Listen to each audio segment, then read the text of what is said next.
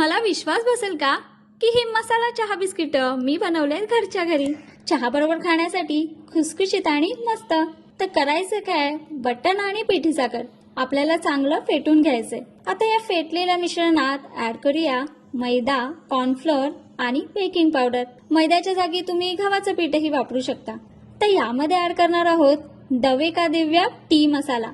या मसाल्यामुळे आपल्या बिस्किटांना छान असा मस्त मसाला चहाचा फ्लेवर येईल. लागेल तसं दूध वापरून आपल्याला याची घट्टसर कणिक मळून घ्यायचे.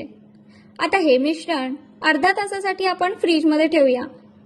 त्यानंतर त्याची जाडसर अशी पोळी लाटून कुकी कटरच्या सहाय्याने किंवा तुमच्या आवडत्या शेपनुसार आपल्याला ही बिस्किट कट करून घ्यायचे.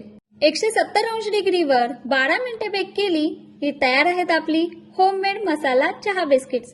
तुम्ही सुद्धा नक्की ट्राय करा.